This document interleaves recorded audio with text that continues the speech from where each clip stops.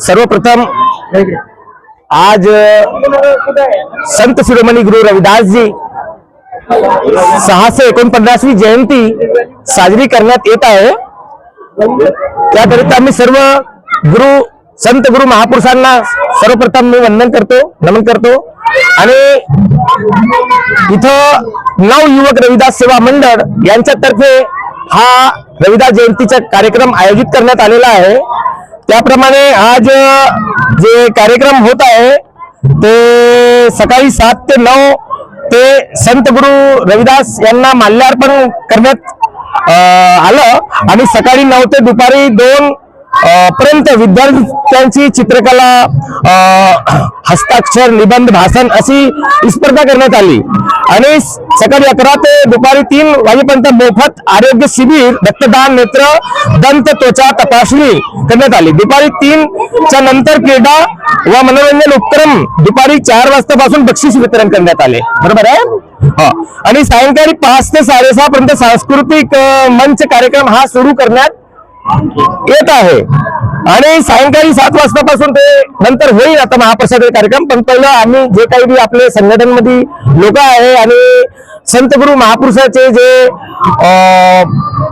आपले आयोजन करणारे जे लोक आहे, महापुरुषाप्रती आपले फुलं माल्यार्पण वगैरे करायचे झालेले आहे।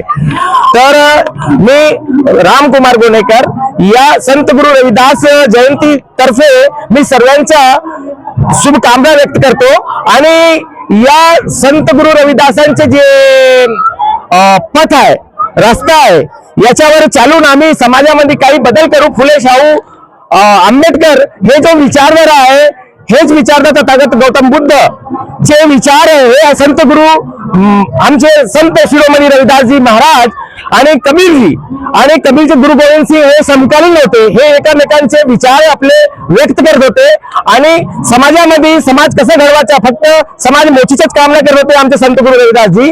संत गुरु रविदासजी हे समाजाला जोडण्याचं पण काम करत होते। ऐसा चाहूँ राज में जहां मिले सबन को अन, छोटे बड़े सम बसे रविदास रहे प्रसन्न, असे यांचं म्हणणं होतं। ते आमचे भारतरत्न बाबासाहेब आंबेडकर यांनी थेट चरितार्थ करून दाखवलेला आहे आम्हाला संविधानाच्या मार्फत आणि आमचे हक्क अधिकार आमच्या समाज बांधवांना दिलेले आहे आणि आमचे समाज बांधव आज आमच्या स्वाभिमानचे जे जगत आहे हे सायंटिफिक वे मध्ये साकार झालेलं आहे। तथागत गौतम बुद्ध जसे सायंटिफिक होते, विज्ञानवादी होते, तसेच आमचे संत गुरु रविदासजी महाराज हे वैज्ञानिक होते। कारण ते जर वैज्ञानिक नाही राहिले असते ते त्यांची जो डोळे आहे हे प्रहार करणारे आहे समाजाला घडवण्याकरिता आणि समाजाचा उद्धार कसं व्हावं। कारण कोणताही व्यक्ती छोटा मोठा नसावं, सर्वांना त्या टायमाला अन्न, पाणी, वस्त्र हे सर्व मिळालं पाहिजे। कारण अशोक सम्राटांनी हेच केलं होतं त्या टायमाला सारा देशाला जिंकून आणि त्यांचा एकच उद्देश होता की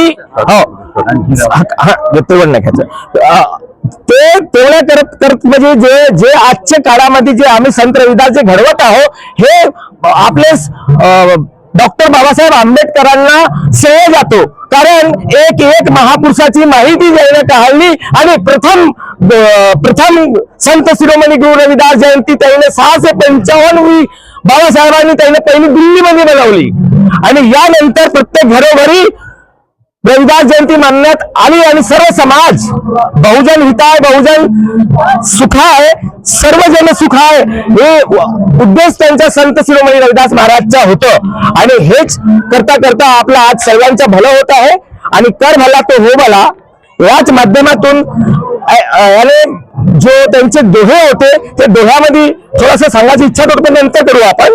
त्याच्यामध्ये एवढी बोलून रविदासची जानकारी व्यवस्थित संपवतो। आपल्या 1 फेब्रुवारी आज संत रविदास महाराज जयंती आहे। या निमित्ताने मी सगळ्या गावातील बंधू आणि भगिनींना सगळ्यांना मी माझ्याकडून शुभेच्छा देतो आणि नवयुग संत रविदास महाराज गोदनीतर्फे पण मी सगळ्यांना शुभेच्छा देतो। धन्यवाद।